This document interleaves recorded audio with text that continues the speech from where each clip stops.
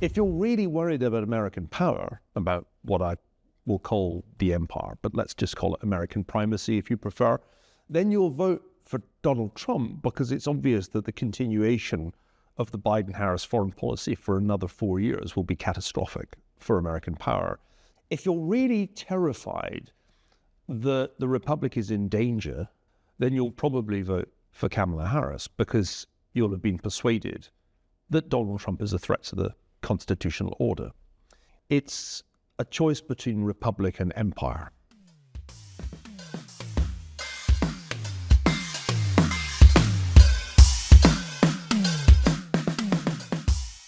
I have done 3 interviews now touching on the election.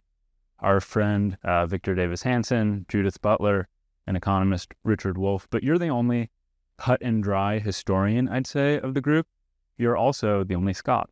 And so what I'm wondering, before we get into details, how do you view the significance of this election, both as an historian and as somebody who spends so much time outside of the United States?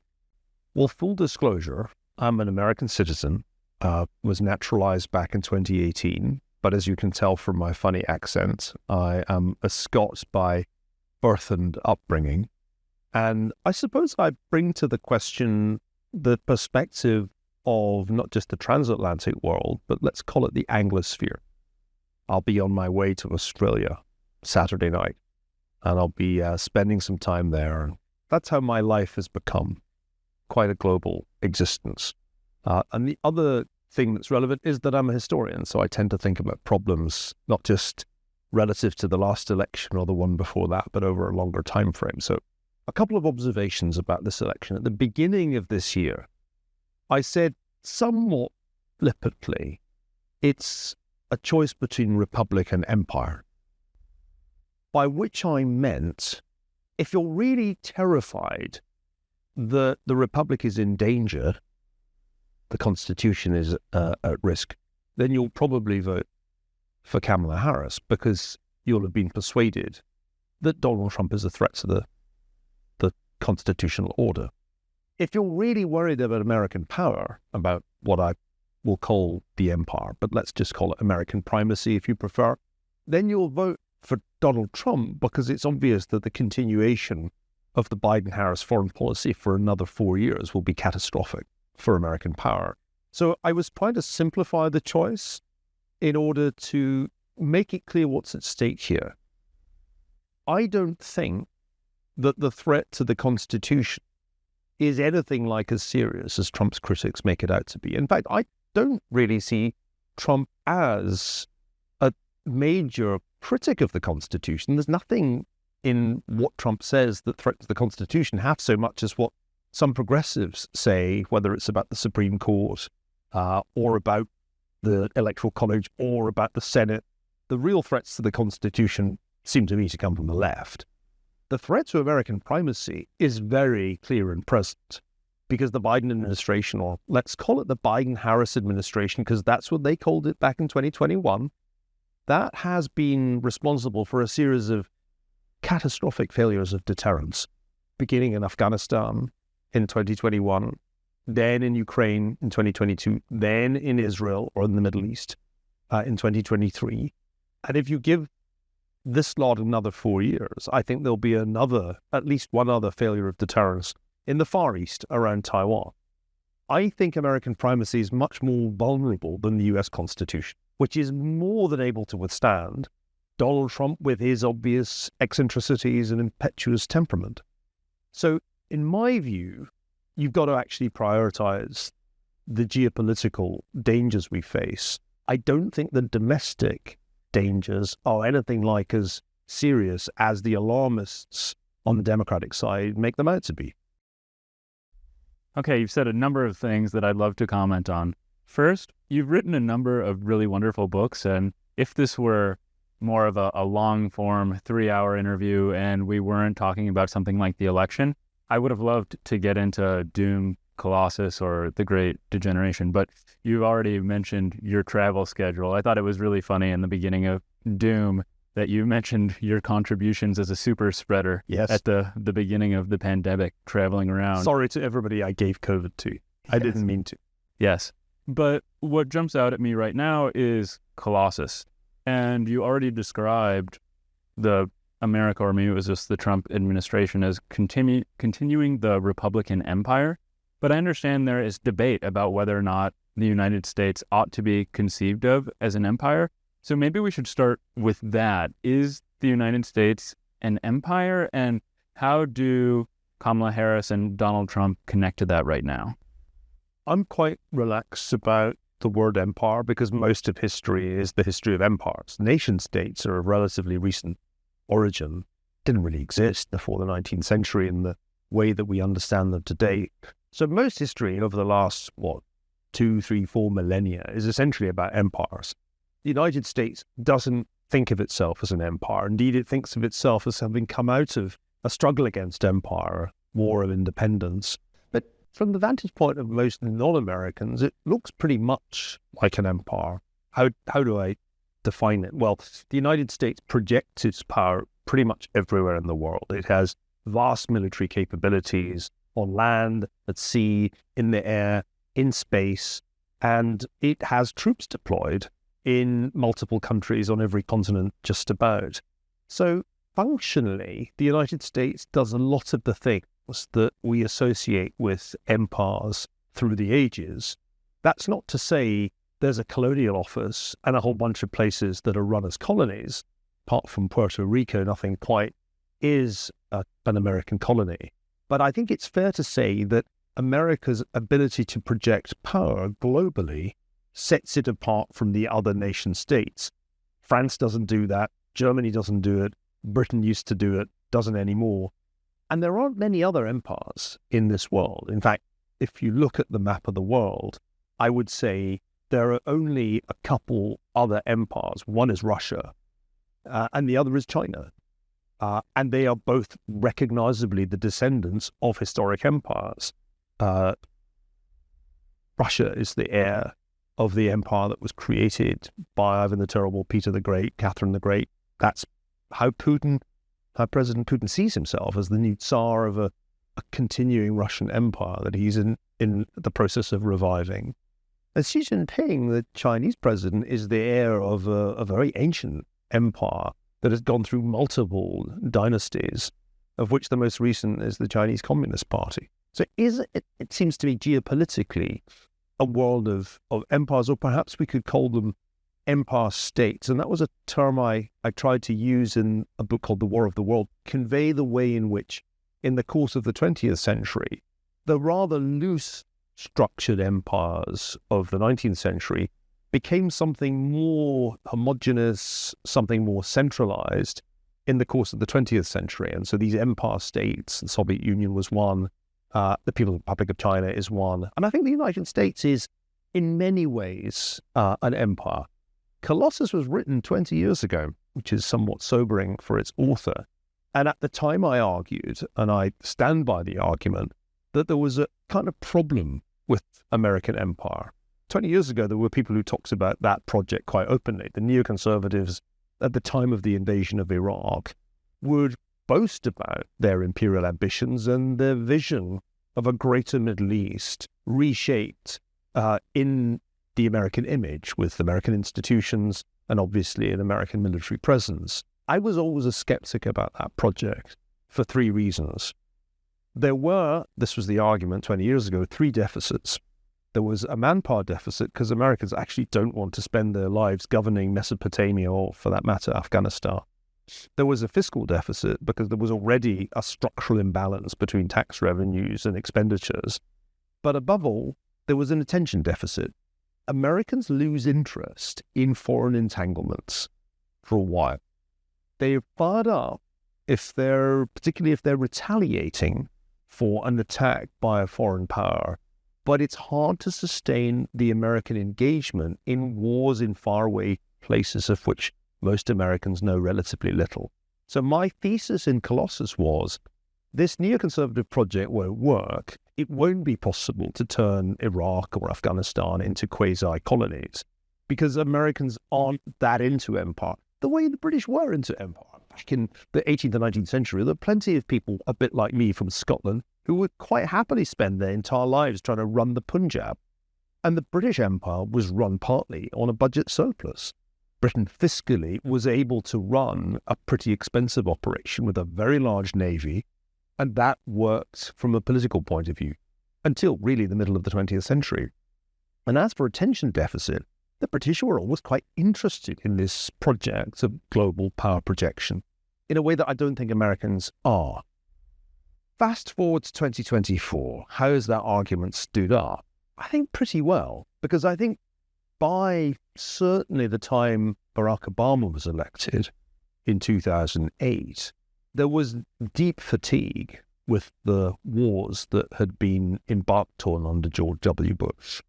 And part of what made Obama president was that he had nothing to do with that and had been against it. His pitch was essentially, we're not doing that stupid shit anymore. We're going to do smarter things like not intervene in Syria. And if the Russians take Crimea, we'll just do sort of light sanctions and leave it at that. That was essentially what people were ready for. And Donald Trump was a variation on the same theme. I mean, Trump was more overtly isolationist in at least some of his language in 2016, and people were attracted to that. He had absolutely no patience with the projects in Iraq and Afghanistan and was eager to wind up what was left of them. So I think Colossus was right in foreseeing that the neoconservative project of some kind of American empire in the greater Middle East would fail, and that Americans were more comfortable with a focus on domestic affairs and, as far as possible, minimal entanglements abroad. Now, my view is that that's not realistic, and Americans can no more leave the world behind than you and I could live exclusively in a village of 100,000 of 100 people for the rest of our lives. I mean, isolationism was never really practical in the 1930s. It's even less viable in the 2020s. You can't wish away the integration of pretty much every aspect of human existence. But that's still the kind of impulse of this country, not to get sucked into quote-unquote forever wars. And I think that creates this tension. The American empire is a real thing. You don't need to travel too far to see it in action. And yet Americans are sort of ambivalent, at best ambivalent about it.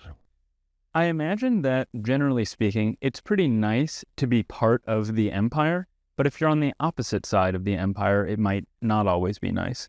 One, the two words that come to mind are being conquered, but the second word, the more positive word that I imagine comes from being on the other side of an empire is stability, but also maybe wealth. And what I'm wondering now is, going forward, what kind of empire the world needs the United States to be, and how the two candidates could possibly contribute to this. There are very few eras in history where there are no empires. In fact, it's really, really hard to think of a century in which there isn't at least one, and usually more than one. Problem with the United States losing interest in the world and coming back home to focus on its own affairs is that leaves the field open to the other empires.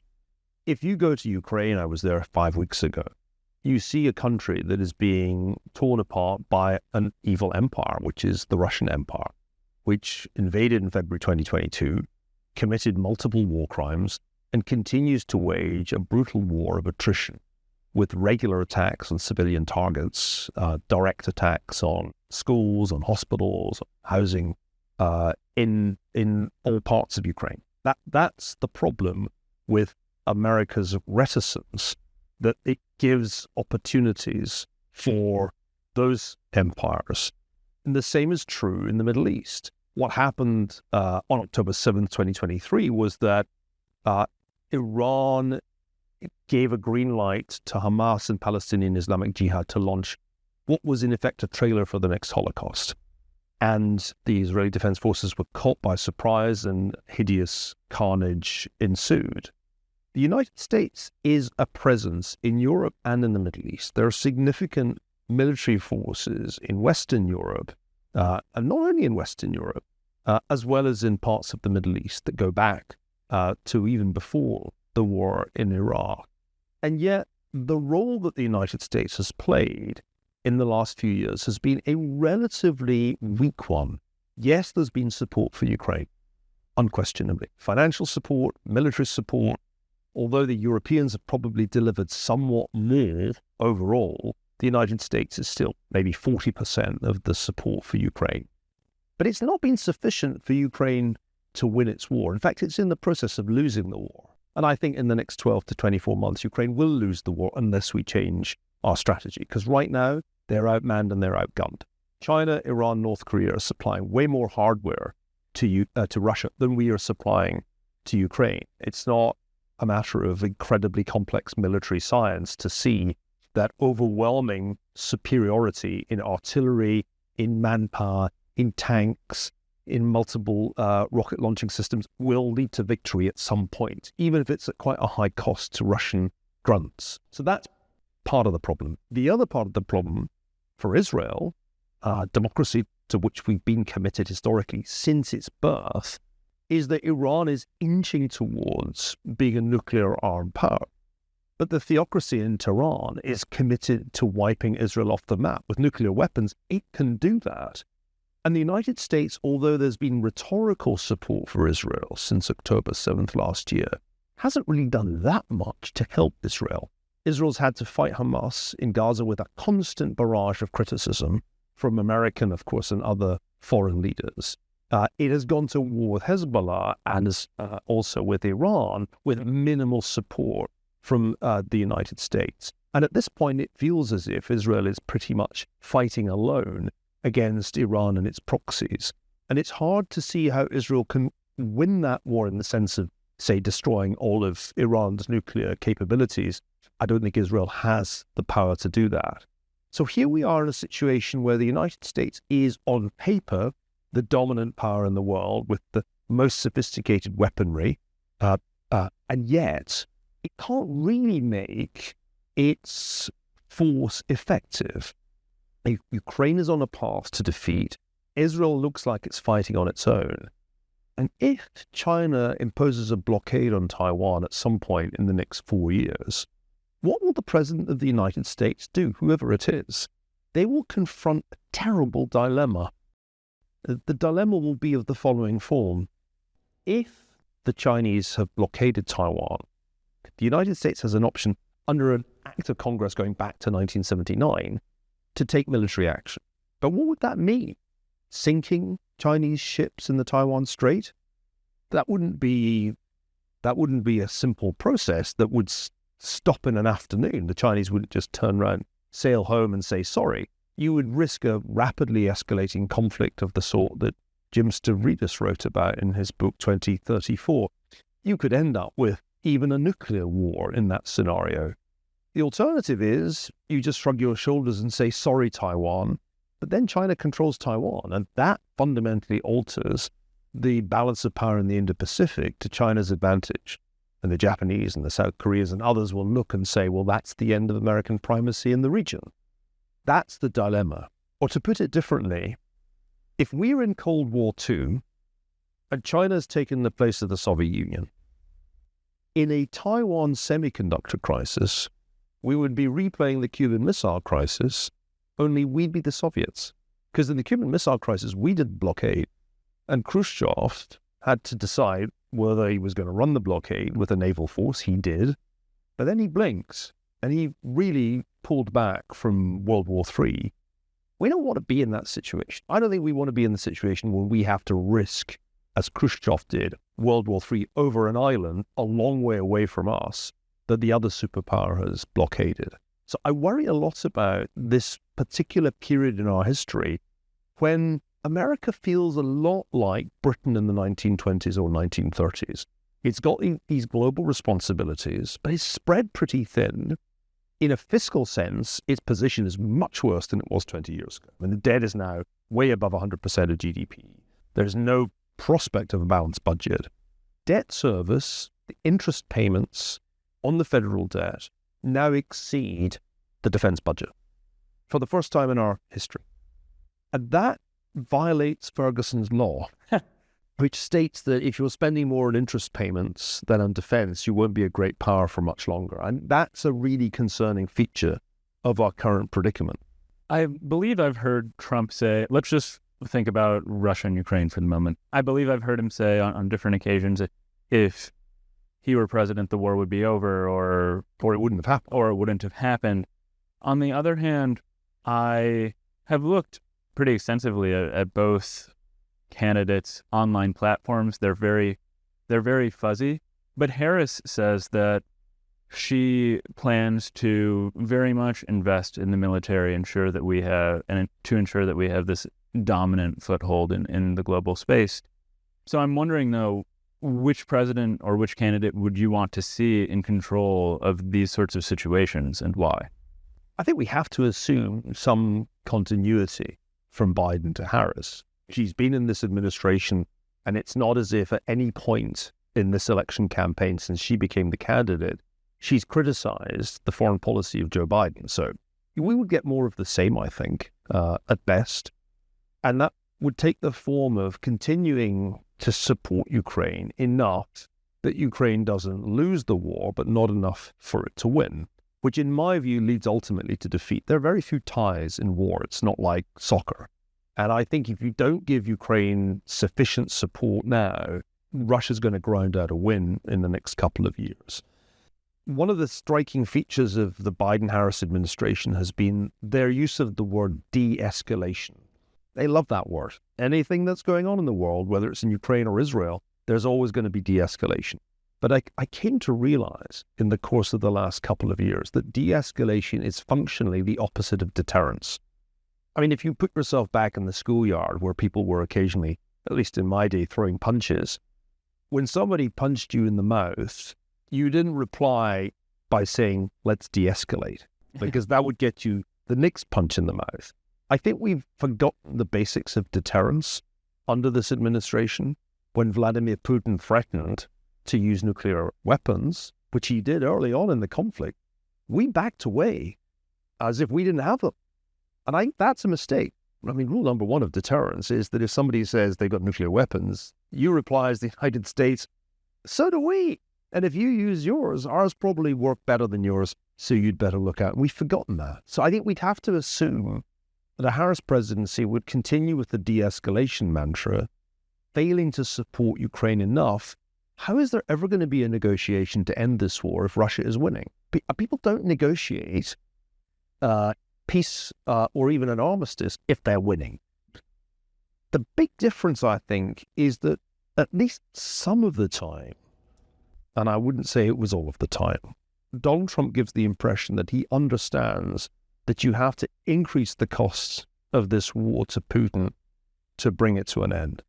He knows, read the art of the deal, that he's not going to get a settlement of the war if Russia is winning. Why would Putin settle? And people who are close to Trump, Robert O'Brien, for example, who was his national security advisor, or Mike Pompeo, who was his Secretary of State, have made it explicit that they think the right move would be to increase the pressure on Russia. In other words, increase the supply of weapons to Ukraine and remove the restrictions. Let me just illustrate what that means. Right now, Ukraine has weapons like Storm Shadow missiles from the UK and France, which it cannot use against Russian targets because the US won't allow it. And that includes Russian targets like air bases from which the Russians launched the air raids that are currently destroying Ukraine's energy infrastructure. That's crazy. If Ukraine cannot keep the lights on and the heating on this winter, many Ukrainians are going to leave the country and maybe never come back. So I think a big difference between Harris and Trump is that with Trump, there is some chance that Ukraine will be able to take the gloves off and apply some real military pressure on Russia.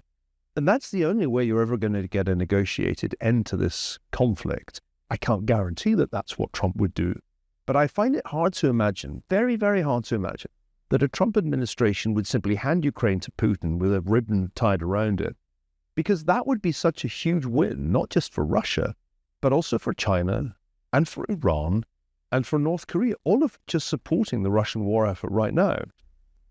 I'm not sure, but I would be very surprised if a Trump administration handed such a win to this axis of authoritarians that the United States now very clearly confronts.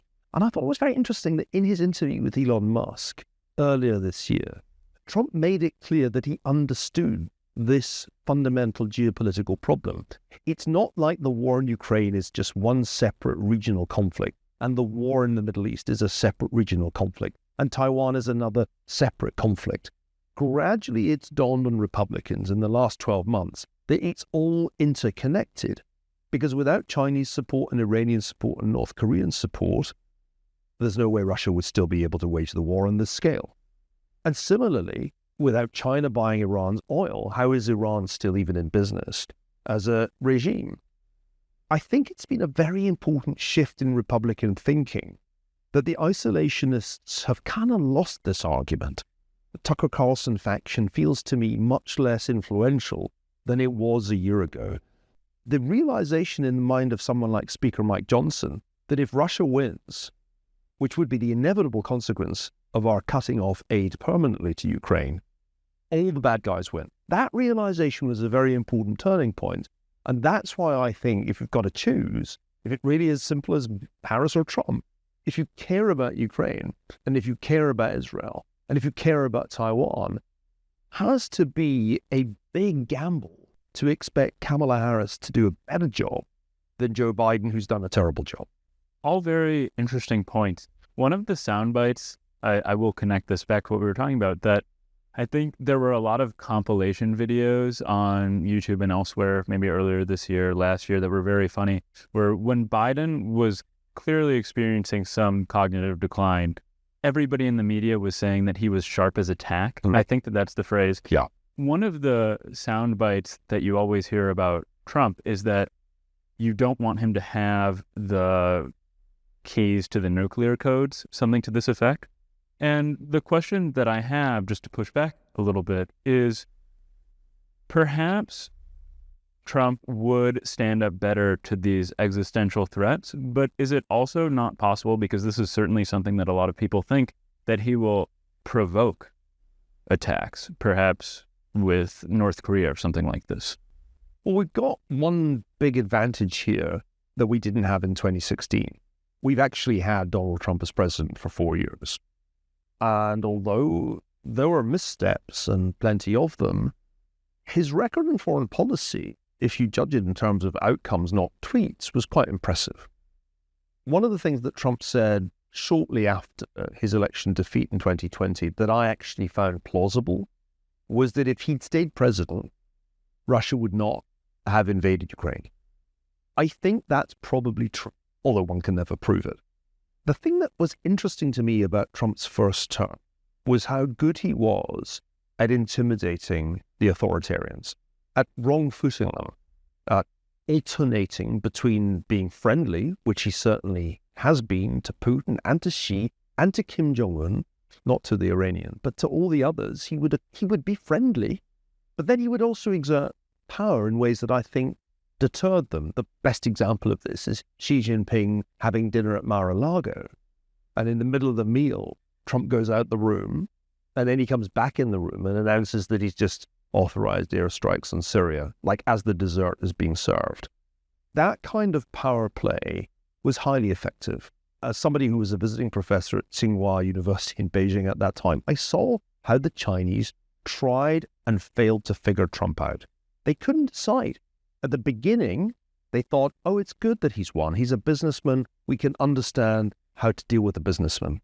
And then when he imposed the tariffs, they were thrown into complete disarray and had, in effect, to abandon their entire economic strategy and put everybody to work on trade negotiations with Trump.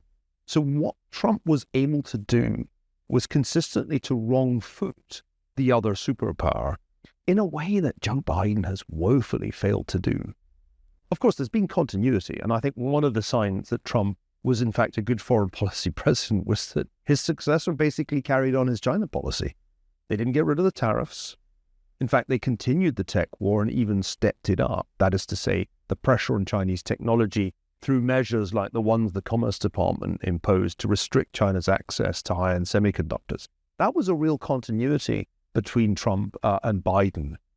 So my sense is that we kind of have Donald Trump's record. He didn't get us into any wars. No wars began on Trump's watch. He didn't preside over any major acts of aggression by authoritarian states. he comes out pretty well by comparison with his predecessors and his successor.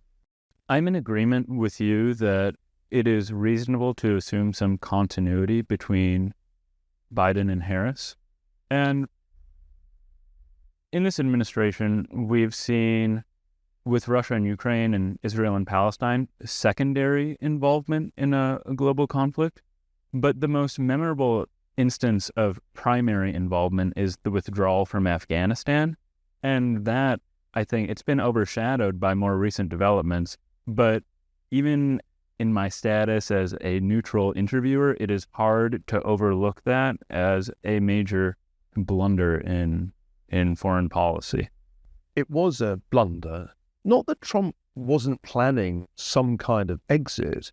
Trump was quite clear that he wanted to wind up the American involvement in Afghanistan, and the process that produced the U.S. withdrawal predates Biden's election. But the execution of the withdrawal by the Biden administration was a fiasco. And you don't have to take it from me. If you ask any of the European allies that were involved, they were shocked. They were blindsided. They couldn't believe the order in which it was done, that the special forces guys were almost the first to leave. This was an extremely badly managed exit. War correspondents, Richard Engel, for example, experienced war correspondents, could not believe that the United States had simply left the Bagram Air Base to the Taliban. So I think the way that was executed was the real problem. And it sent a signal to Putin and to Xi that the new administration was weak.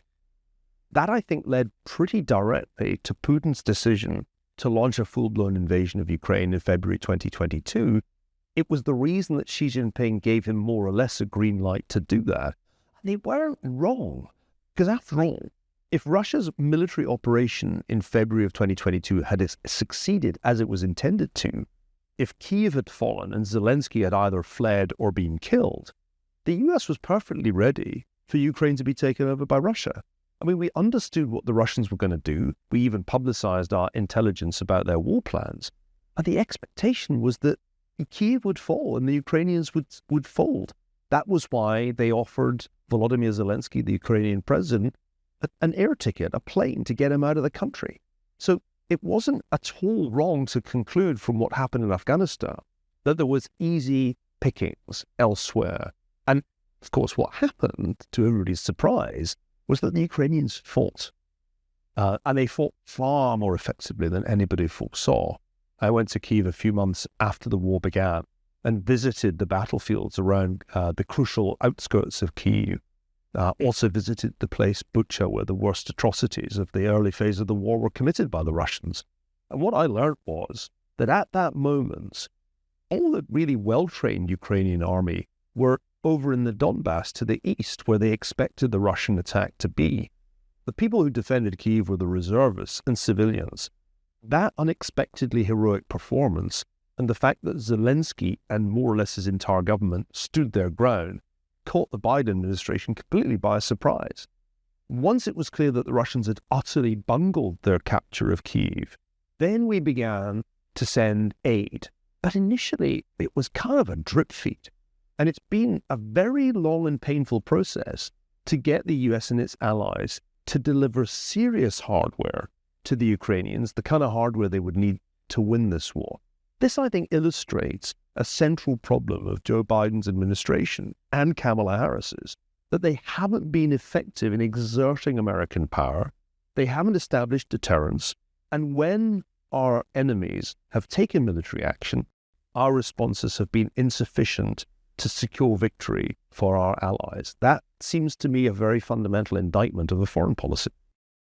I would like to return to global events, Israel, Palestine, Russia, Ukraine, a little later in the conversation. But for now, I would like to switch or pivot toward domestic issues. I have the Great Degeneration in mind here, but you've written a great deal about how economies, institutions, countries decline. You've already referenced this with Ferguson's law and how you think an empire is going to decline if interest payments exceed defense spending. But I'm wondering if there are other senses in which you viewed the United States as being on a precipice, and if there are other, perhaps, features of the current environment, such as the instantiation of Ferguson's law, that lead you to believe that this might be imminent unless something changes? My career began with economic history, and especially with financial history. I was drawn as an undergraduate to study the great economic disasters, the Depression, the hyperinflation that struck Germany after World War I. That's what I wrote my doctoral thesis about. So I've always been fascinated by the relationship between public finance and national security and domestic stability. So when I started to think seriously about the United States, which I only really began to do after I'd written my history of the British Empire, I began to ask myself questions not only about national security, but also about the public finances of domestic politics. The deficit, which is a recurrent feature of American fiscal policy since the turn of the century, is a problem that is telling us something important. If there is a difference between expenditures and tax revenues of around 7% of gross domestic product at full employment, there's something gravely wrong with our public financial architecture. Either we're not raising sufficient taxes or we're spending way too much on entitlements. And it's mostly entitlements. It's Medicare, Social Security, and so on.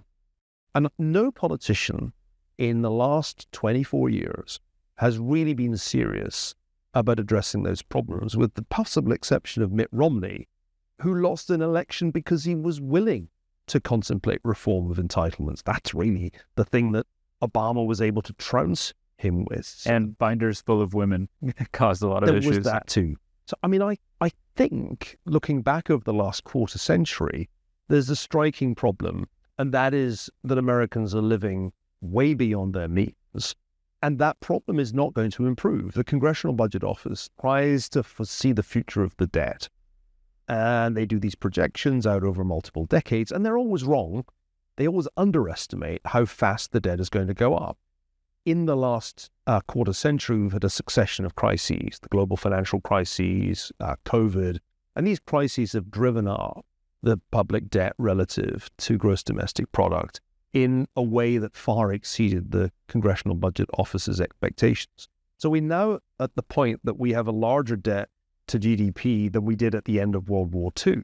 And it's forecast potentially to double to maybe 200% of GDP over the next couple of decades. At some point, that does become unsustainable because the cost of servicing this ever larger debt consumes more and more of our resources. What gets squeezed? Discretionary expenditure. What does that include? Defense. So I think there's a fundamental problem of political economy in America. And let me put it this way. The United States has a welfare state, contrary to popular belief. This is not some kind of pure free market libertarian system. There's a welfare state, originated in the New Deal, got much larger in the 1960s and 1970s. Reagan didn't get rid of it. And it's only grown. Obama added, of course, Obamacare. We now have a really quite large welfare state. That's what's driving up the federal government's spending on entitlements. It's also the most inefficient welfare state in the world. It delivers extremely poor outcomes for people at the lower end of the income distribution. Public health, if you're in the bottom quintile, is terrible, shockingly bad. The United States is very bad at delivering benefits to those who most need them, despite spending more and more on the enterprise. So this is the problem at the heart of America's domestic political economy, the most inefficient welfare state in the world. And when you look at the way it works on the ground, I've lived here in California now for most of the last 8 years, it's kind of just breathtaking. Quality in terms of, say, public schooling, it's awful. The quality in terms of the health of people in the bottom quintile, it's terrible.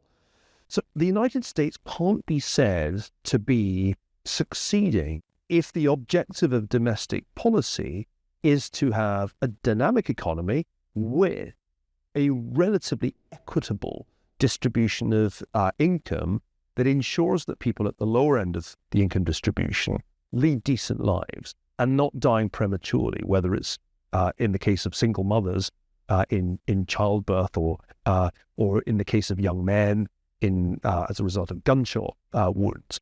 Let me give you an example of why I find the situation of the United States in some ways baffling.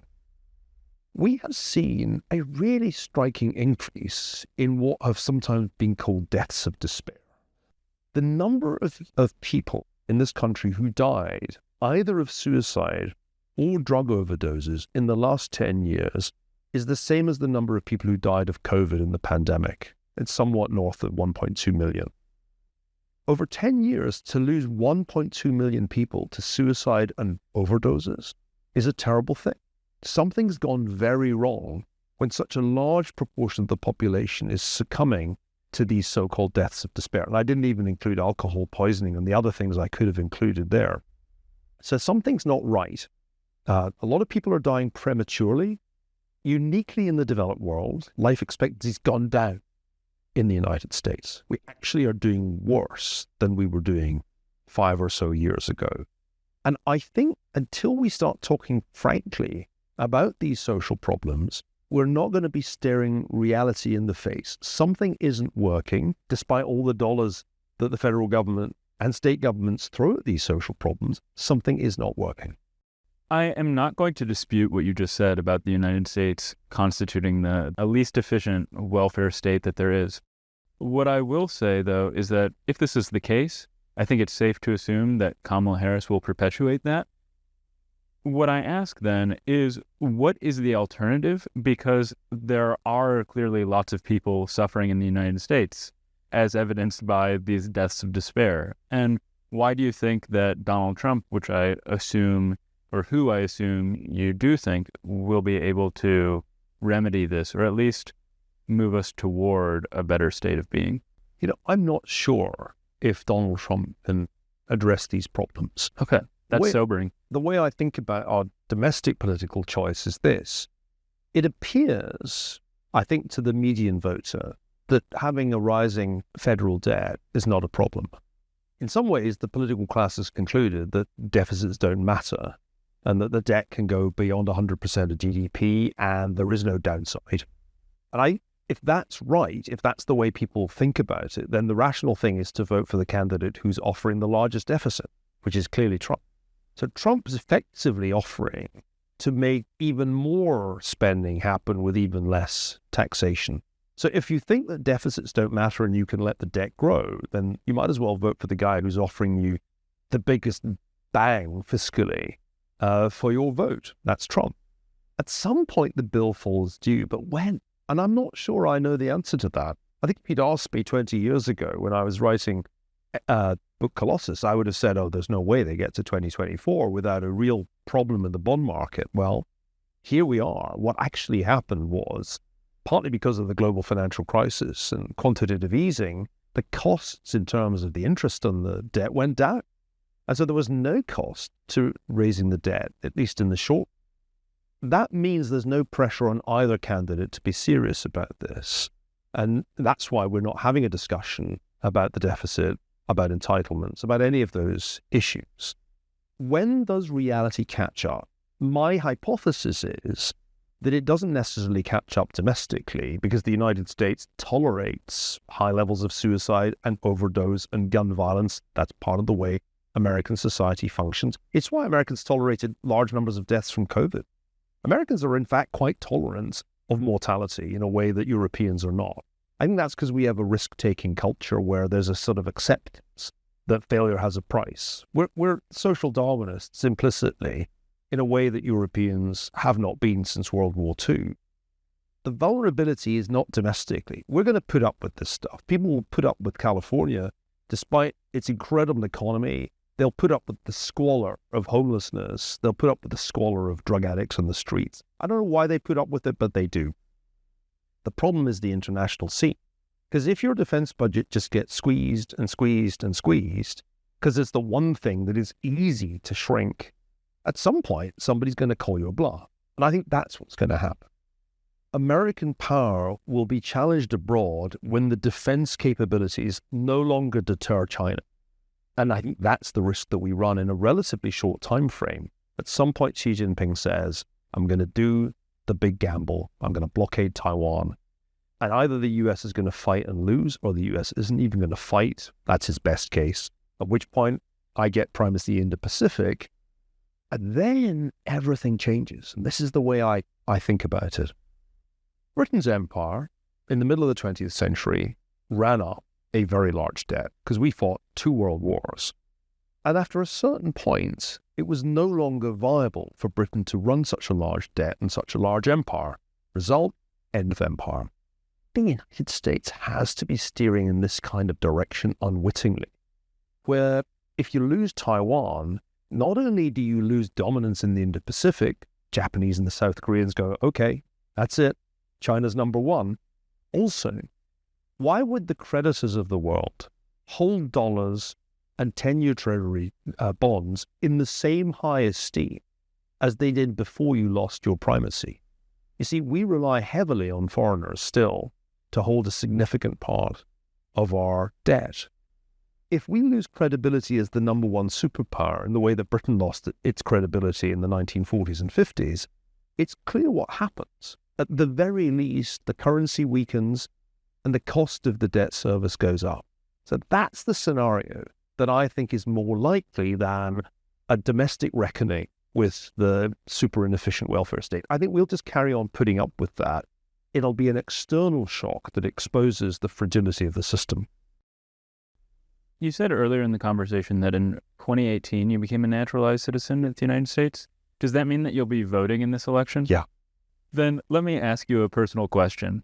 I'm assuming you're going to vote for Donald Trump.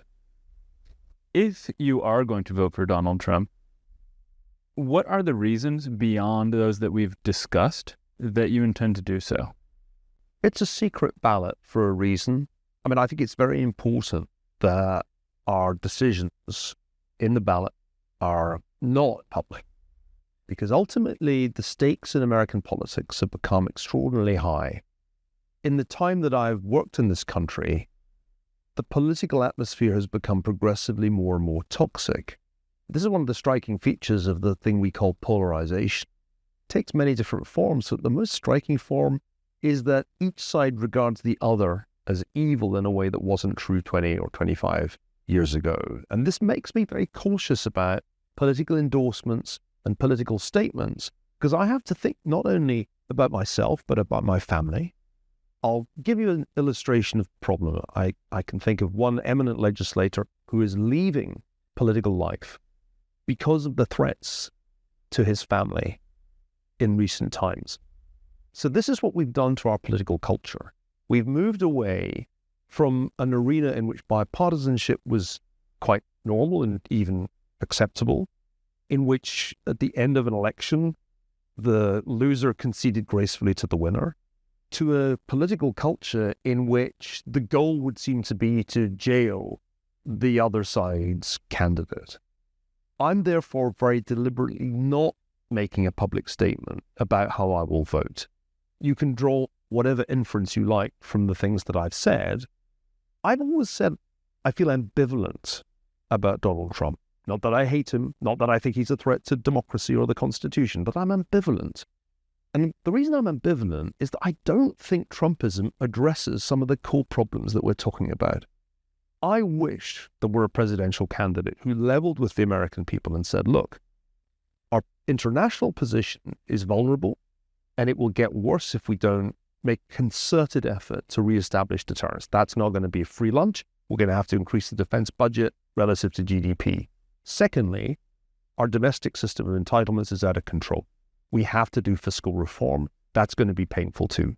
If we do this painful stuff, the benefits will be enormous and American primacy will be assured, not only for this generation, for your children and your grandchildren. That's the kind of presidential language I want to hear, and I don't hear it from either side. So my ambivalence does not really change since 2016. In 2016, I remember saying shortly before the election, I think he's going to win. And I then spent 4 years saying there are some aspects of this which are better than I thought they would be, and there are some aspects I don't like. This is, of course, the luxury of being a public intellectual. I'm not a partisan hack. I'm able, I hope, to call it the way I see it. So draw your own conclusions about how I'm going to vote. I will try my best to point out what is good about a Trump administration if we get one, as well as whatever may be good about a Harris administration should we get one. I think that was an excellent answer and a much better answer than if you had told me whether you were going to vote for Trump or Harris, because I entirely agree with you that it's very much a personal decision. This is something that Victor and I spoke about in our recent conversation, that it is impossible, almost impossible, evidently we're doing it, or Victor and I did it, to have a serious conversation that is from a standpoint of neutrality in this day and age. So I absolutely respect and appreciate your answer, and I think it's something that everybody needed to hear. At some level, if you're a professor, you've got to be careful not to let politics influence the way you teach. Max Weber said many years ago, more than a century ago, that there was a clear distinction between politics as a vocation and science or Wissenschaft, scholarship as a vocation. I think this is a very important thing. If you are standing in front of students, you should not be wearing your partisan pin or your MAGA hat, because you've got to try to introduce them to the complexity of the world and not make a partisan set of talking points. Too many professors, most on the left in my time, have seen themselves as activists, engage in a political activity on campus. That's quite wrong. It seems to me that actually is a violation of an implicit role that you play or contract that you have with students. So I think there's something to be said for cultivating a certain neutrality in talking about politics as an academic, even apart from the issues that I mentioned earlier about the safety of one's family. Our family already has to deal with death threats enough because of my wife Ayaan Hirsi Ali's work on Islamic extremism. I take more seriously than anything else, the health and safety of my children. But even if that were not the case, even if the stakes were lower and the political climate in America were less heated, I would still encourage people who are primarily scholars engaged in the study of history not to run around playing the political game. There are plenty of people playing that game whose job it is to play that game, and good luck to them all. My job is to try to offer a different perspective and to try to help us think historically about where we are. I mean, let me give you an example of this.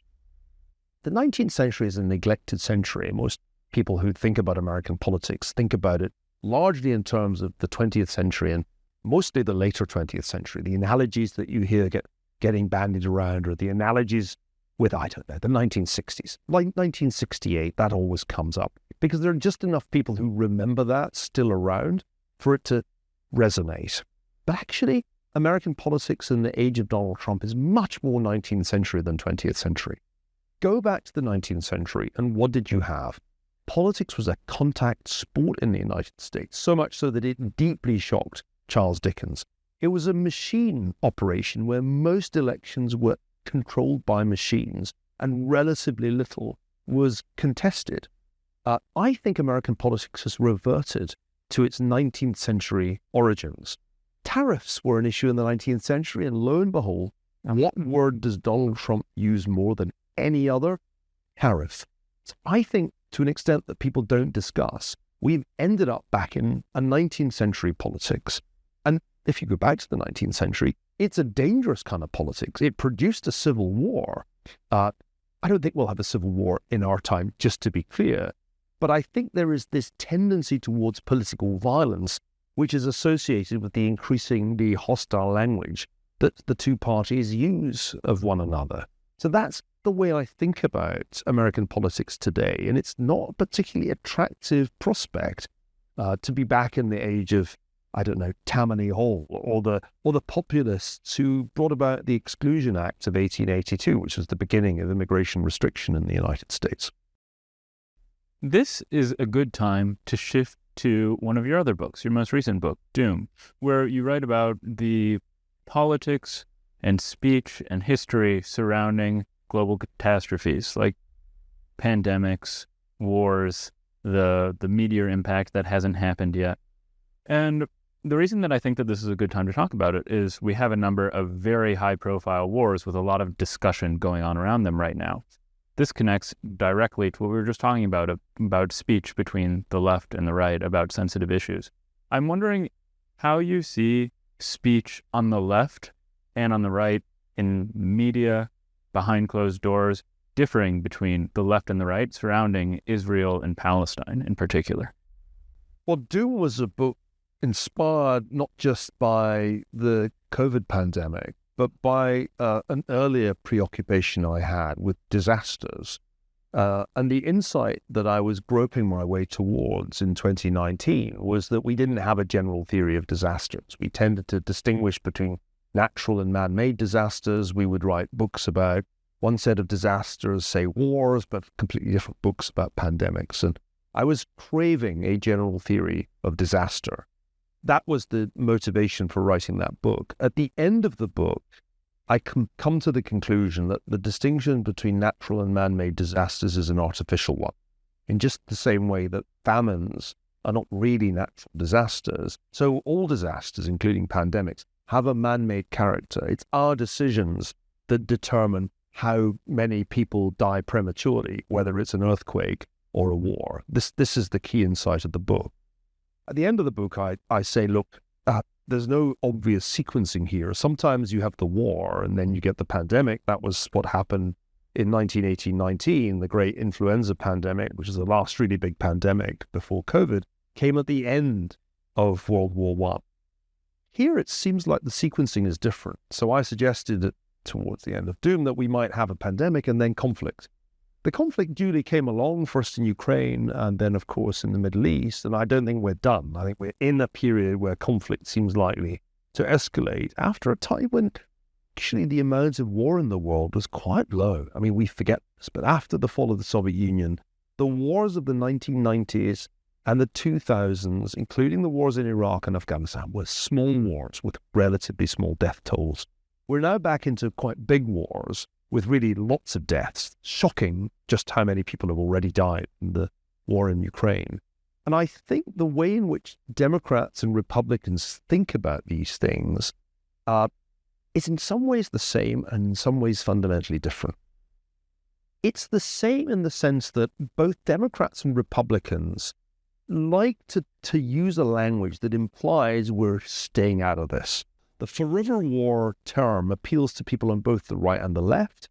Nobody in American politics today says, we need to intervene directly in Ukraine. We need boots on the ground in the Middle East. Nobody says that. And I think that's still the kind of hangover of Iraq and Afghanistan. But there's a difference.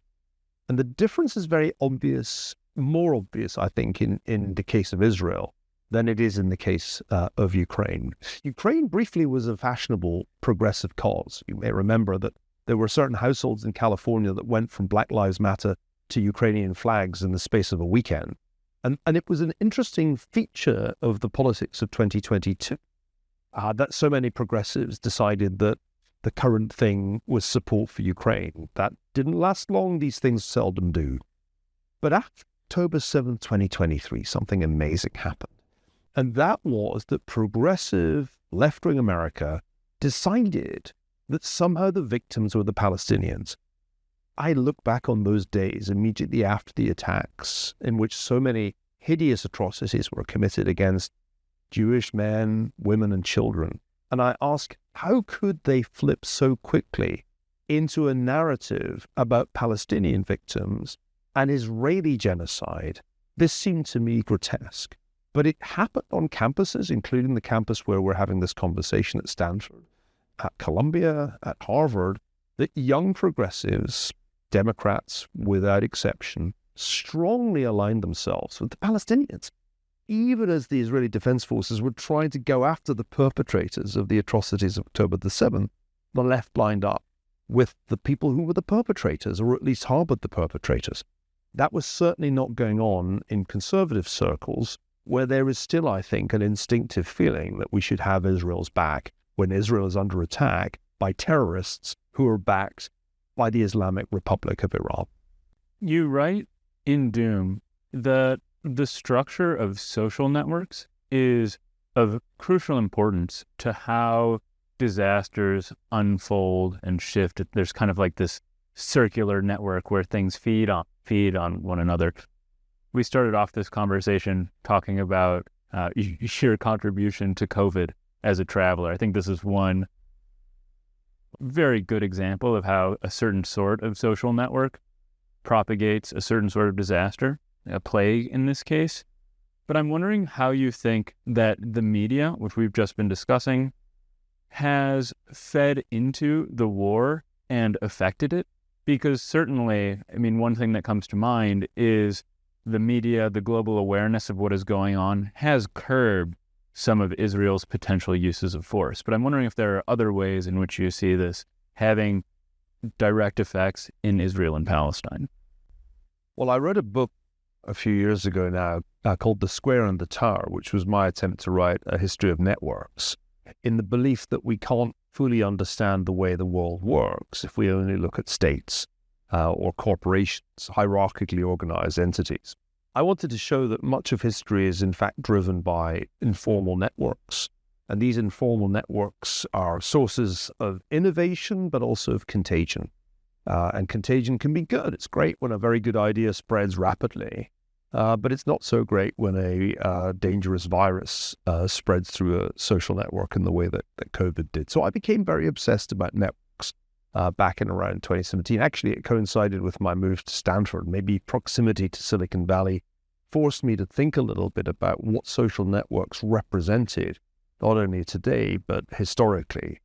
So if one looks at crisis like the one in the Middle East today, it's different in a number of ways from the crisis 50 years ago, the last time there was a surprise attack on Israel in Yom Kippur, 1973. Then the attack was by states. It was Egypt, it was Syria principally, and their armies sought to strike a blow against Israel. They failed ignominiously, but that was the nature of the war. Today's conflict has been launched by much less structured entities. Hamas, Palestinian Islamic Jihad, Hezbollah, the Houthis. These are not states. They are terrorist organizations. And therefore, they are network structures. Part of what makes them hard to defeat is precisely that they're networks. Hamas is a network embedded in Gaza. It's underground, literally in a tunnel network. Although you can draw a hierarchy of command, and I've seen it in the Israeli Defense Ministry, in reality, you can't quite decapitate it because it's not really a hierarchical organization. It's a network. So that's one important difference. The second important difference is that news is differently transmitted than it was 50 years ago. 50 years ago, Americans got their news from a handful of television networks and newspapers. And the local press that still was vigorous then took a lot of its content from news agencies. It was a highly centralized system with gatekeepers, network editors who determined how the news was covered and whether it was Dan Rather that you listened to or one of the other anchors, Walter Cronkite. You feel news from a relatively clear distribution channel which had central sources of content and editorial direction. Fast forward to 2023, the surprise attack on Israel happens, and immediately there is a barrage of conflicting information through multiple channels that are aggregated by network platforms on the internet, be it Facebook, be it Twitter, be it TikTok. This is a completely different media architecture. And I would say one of the biggest changes of our lifetime, and I guess it illustrates the fact that we're sitting having this conversation, not for a network TV, not for a newspaper, but for your own platform, that we now live in a much differently structured public sphere. It's less centralized in some ways, much less editorial power in the hands of the editor of the New York Times or whoever is running the networks. On the other hand, it is centralized to an extent that's surprising. When the internet was dreamt up, or at least when the World Wide Web came into existence, it was designed to be decentralized. It was supposed to be a distributed network that anybody could just plug into.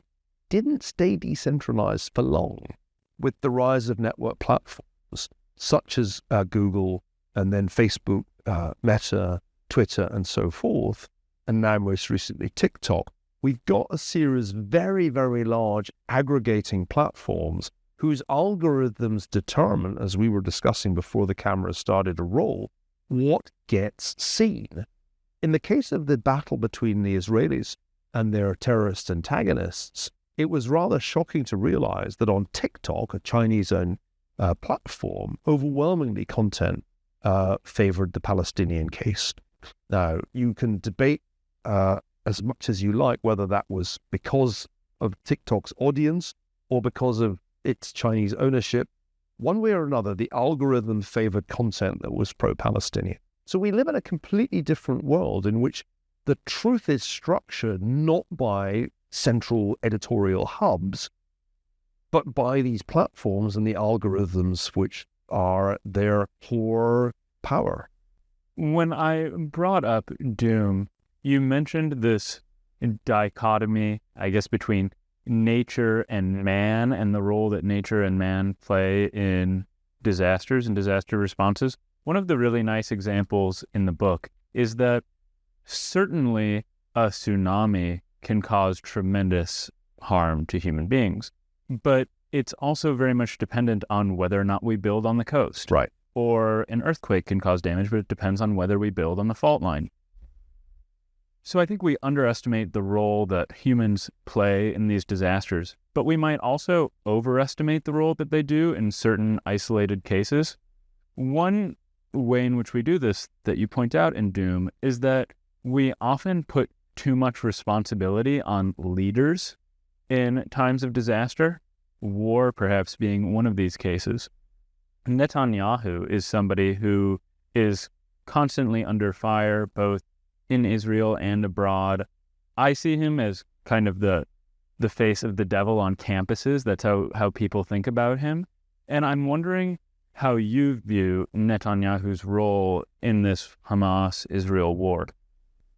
Well, Benjamin Netanyahu is one of the most vilified leaders in the world today. And he has a remarkably large number of critics in Israel itself. As you mentioned, in some campuses, he's regarded as the devil incarnate. It's not the first time that a Jewish leader has been portrayed in those terms historically. I am an outlier in this great debate because I have been a great defender of Mr. Netanyahu. I published a piece in the Spectator magazine just the other day likening him to Bismarck, B as Bismarck, because I think he's been a remarkable leader for Israel. He's transformed Israel's strategic situation, and he's done this with ingenuity that you need to have given the way in which Israeli domestic politics works. And he has a Machiavellian character. I think he's probably the most authentically Machiavellian leader in the world today, that ability to play complex domestic games and at the same time play complex strategic games. What his critics, I think, consistently fail to see is that Bibi took Israel from a world in which it was really very isolated, where it was surrounded by foes, and it really only had one reliable friend in the United States. And he has changed its situation so that it has relations with multiple Arab states, an ongoing process that we think of as the Abraham Accords of reconciliation with the Arab states. And he has successfully shifted the focus away from the Palestinians and onto Iran as the fundamental cause of the instability of the region. That is a huge strategic shift that I think has altered Israel's situation strategically in ways that are much superior to the predicament of 50 years ago when Israel was extraordinarily vulnerable to attack from nearly all its neighbors.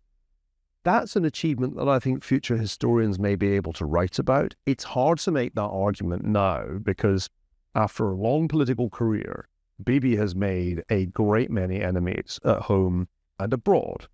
At some point, this career comes to an end. Bismarck's did too. But when it ends, as happened with Bismarck, people will realize how very, very difficult it is to follow that act. Dropping the pilot was a famous line at the time that Bismarck was dismissed by Kaiser Wilhelm II.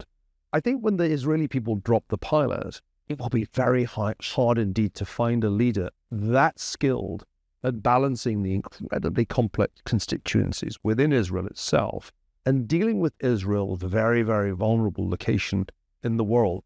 When I was last sitting with Prime Minister Netanyahu in his office in February of this year, sitting opposite him the way you're sitting opposite me, I noticed something, almost a nervous tick on his part, and that was that in the course of the conversation, every 3 or 4 minutes or so, he would look across the room like that at a map of the region on the office wall, as if he had to remind himself every few minutes of exactly Israel's strategic situation, its smallness, its vulnerability, the extreme difficulty of the task that he has for so many years been carrying out. So I, although in a minority these days, admire Mr. Netanyahu for his skill. Yes, he's Machiavellian. Yes, he's Bismarckian. But maybe that's what you have to be when you're in the situation that Israel is on that map on his wall. That's a very striking image to imagine you speaking to him and looking at this map like that. In another recent article of yours, I think in the Free Press, My Journey from a Jerusalem of Ghost to the Living Jerusalem, you wrote that on October 7th of last year, you viewed what happened between Israel and Hamas as a trailer for a second Holocaust. This brings to mind another term that is extremely politicized and gets a lot of play in the media right now, and that's genocide.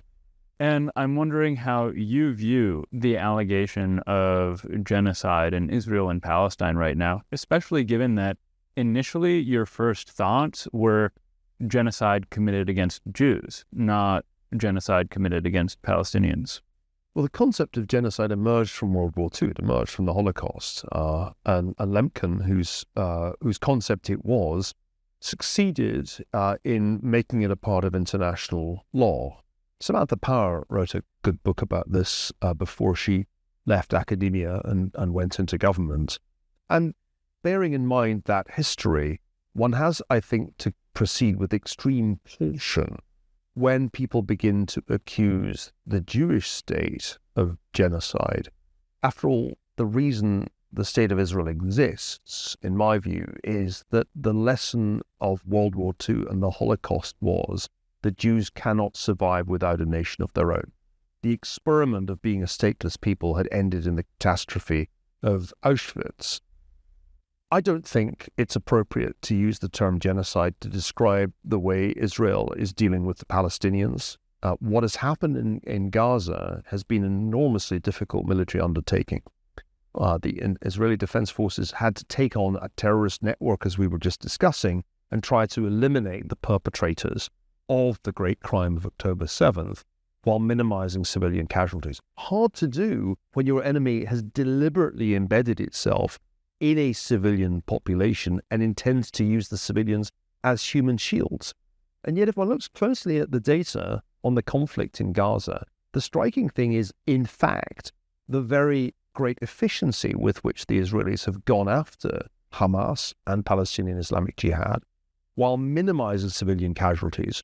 The ratios, if you compare that conflict with any similar conflict, are in fact pretty impressive. And I think we reached the point after the initial phase of the campaign when it was more closer to 1-to-1. I mean, there were certainly civilian casualties. Nobody denies that. A really large proportion of the casualties, despite what Hamas said and what was repeated by the BBC and CNN, a really large proportion of the casualties were Hamas operatives. In just the same way that Israel's famous pager attack targeted Hezbollah operatives with extraordinary efficiency. Yes, there were civilian casualties because when the pagers went off, not everybody in the vicinity was a Hezbollah operative, but it was still an incredibly well-targeted operation. So I think to talk about genocide is a complete misnomer. The goal of Israeli policy is not to wipe out the Palestinian people in the way that the goal of Adolf Hitler was to wipe Jews from the face of the earth. The final solution of the Jewish question, that was the terminology that the Nazis used.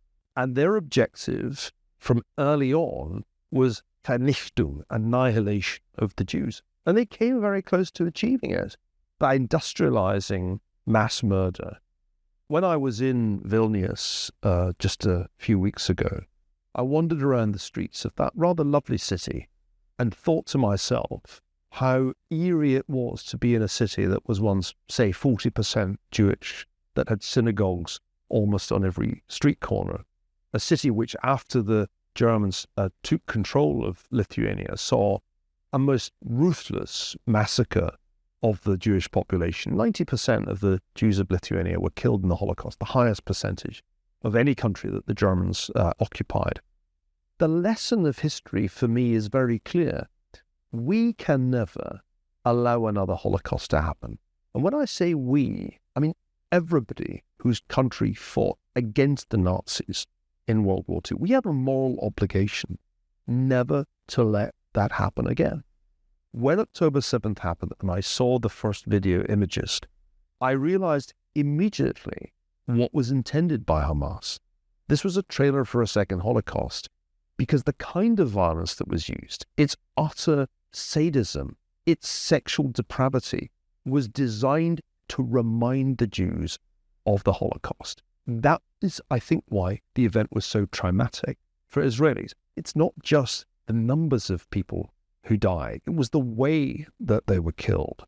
Sexual violence was a peculiar feature of the Holocaust. Although the Nazis were not supposed to, quote-unquote, racially defile themselves, there was large-scale rape of victims of the Holocaust, of women, before they were murdered. This was almost routine in parts of Eastern Europe during World War II. So I think with historical perspective, you see October 7th for what it was, trailer for a second Shoah, and you understand the painstaking way in which Israel has gone about the very necessary retaliation that obviously had to follow those attacks.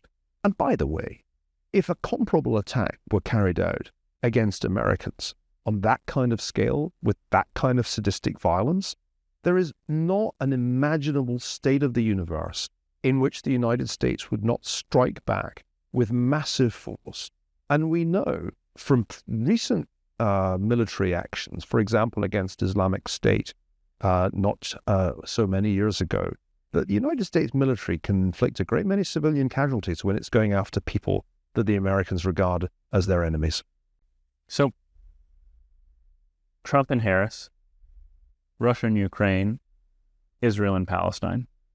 As an historian, you have a much broader perspective, temporally speaking, but also probably spatially in terms of the globe, than most of us do on issues like this. So what I'd like to ask in closing is whether or not you see these events as truly significant in a historical perspective, or is it just for us myopically living in the present that they're what's on our TV right now and what we're thinking about? Well, every American presidential election is described by journalists as the most significant of all time. And I've got slightly inured to that hyperbole every 4 years. I don't think that's the right way to think about this historical moment. I think the tectonic plates move somewhat more slowly than at a 4-year frequency. We had a period at the end of the Cold War in 1991 when it seemed as if history was over. That was my friend Frank Fukuyama's take. And there was a period when the United States seemed entirely dominant. And all that needed to happen after that was globalization. And through free trade and free capital movements and free migration, the world would gradually be homogenized until it was all more or less American. And that was a widely expected future in the 1990s and in the 2000s. And even after 9/11, which was the first big shock to our expectations of a post-Cold War world, we still assumed that globalization would gradually bring the Chinese and everybody else into one world in which the terrorists would be a minor irritant, the crazy people who didn't get the benefits of the American way of life. That era ended with the financial crisis and the backlash against globalization that ultimately led not only to the election of Donald Trump, but also to Brexit on the other side of the Atlantic. We've then had an extraordinarily interesting interlude in which much that happened in 2016 has persisted, despite the political failures that ensued. Brexit has not been a triumph in Britain. Donald Trump lost the 2020 election. And yet much that happened then, much of that backlash against globalization has persisted, to the point that Donald Trump is once again a candidate with a high probability, certainly above 50%, of being re-elected. And I didn't see that coming. I thought January the 6th was the end of Donald Trump's political career. Couldn't have been more wrong. So my sense is that we are moving towards another period in which the world redefines itself geopolitically and politically in new terms that are more reminiscent of Cold War than of globalization. My view is that we're in Cold War II. I think we've been in it at least since 2018. I think that Cold War has some way to run. I think the other side is in some ways stronger than the Soviet Union ever was. I think we have still fully to process what a second Cold War implies for our way of life, and we don't fully understand what the downside risks of losing a Cold War look like. So we have these elections. They're very exciting. They're all absorbing, and they distract us from the true structural shifts that are underway. Whoever wins this election, whether it's Donald Trump or Kamala Harris, will have to reckon with a very dangerous geopolitical situation in which the US and its allies face an axis led by China that is a very formidable threat. Maybe Cold War II is the best case outcome, because World War III would clearly be a lot worse.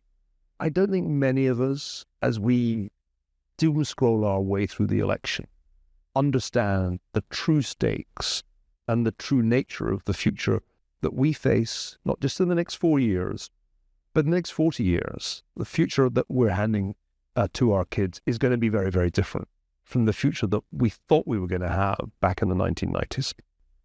Well, Neil, that was excellent. You are a tremendous speaker. And all I can really say is that whenever it happens, I cannot wait for the next round. So thanks again. Well, next time we'll make it 3.5 hours long. You've taught me an important thing, which is that long is good. And to somebody of my disposition, that's permission to keep on talking.